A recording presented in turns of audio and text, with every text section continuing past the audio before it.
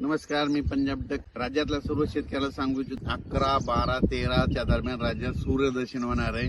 राज्यातला पाऊस देखील कमी होणार आहे. राज्यातला पाऊस विश्रांती घेणार आहे, म्हणून हे लक्षात घ्यायचं. म्हणजे सांगायचं झालं तर सर्वदूर सध्या तरी पाऊस नाही, फक्त राज्यामध्ये मात्र पूर्व विदर्भातच पाऊस आहे आणि पूर्व विदर्भात ठिकठिकाणी पाऊस झाला, म्हणून हे सगळ्यांनी लक्षात घ्यायचं.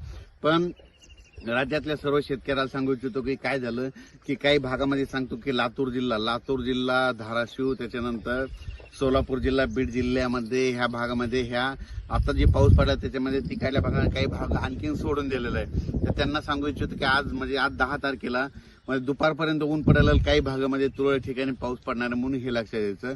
सध्या तरी असा सर्वदूरचा तुमच्या जिल्ह्यामध्ये पाऊस नाही, म्हणून हे लक्षात द्यायचं. सध्या फक्त तुम्हाला सांगतो पूर्व विदर्भातच पाऊस मात्र कायम आहे. आणखीन 2-3 दिवस तिकडं 11, 12, 13 पर्यंत पूर्व विदर्भामध्ये नागपूर, वर्धा, भंडारा, गोंदिया, इकडं अमरावती, अकोला या भागामध्ये तिकडं ते पाऊस राहणार आहे. आणि त्याच्यानंतर तिकडं नंतर 14 तारखेच्या नंतर तिकडं देखील सूर्यदर्शन होणार आहे, म्हणून लक्षात येतं. पण राज्यात मात्र उद्यापासून मात्र सगळीकडे सूर्यदर्शन होणार आहे, म्हणून हे लक्षात येतं.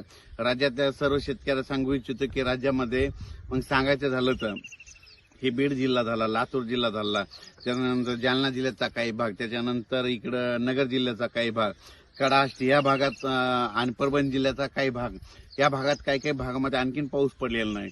तर त्या शेतकऱ्याला सांगू इच्छितो की तुमच्याकडं 14-15 तारखेच्या दरम्यान एक भाग बदलत, म्हणजे स्थानिक वातावरण तयार होऊन भाग बदलत, एक 14-15च्या दरम्यान एक पाऊस येणार आहे, म्हणून हे लक्षात येतं. पण राज्यात सर्वदूर नाही पडणार, हे फक्त 5-7 जिल्ह्यामध्ये, समजा मराठवाड्यामध्ये ते पाऊस म्हणजे 14, 15, 16चा पाऊस एक असणार आहे, म्हणून हे लक्षात येतं. सूर्यदर्शन झाल्याच्या नंतर शेतीचे कामे करून घ्या, खुरपणी करून घ्या, फवारण्या करू शकता, म्हणून हे लक्षात येतं. पण राज्यात सांगायचं झालं तर सध्या तरी असा सर्वदूरचा मोठा पाऊसच नाही.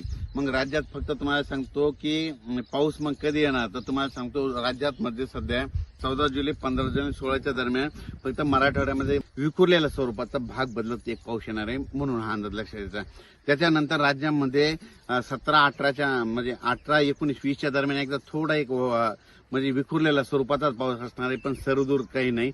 म्हणजे सांगायचं झालं तर 20 तारखेपर्यंत असा सर्वदूरचा सध्या तरी पाऊस नाही राज्यात. फक्त जुलैच्या मात्र शेवटच्या आठवड्यात मध्ये 24 तारखेच्या नंतर मग जुलैच्या शेवटच्या आठवड्यात मग चांगला पाऊस येणार आहे. अचानक वातावरणात बदल झाला तर लगेच एक उद्याच्याला मेसेज दिला.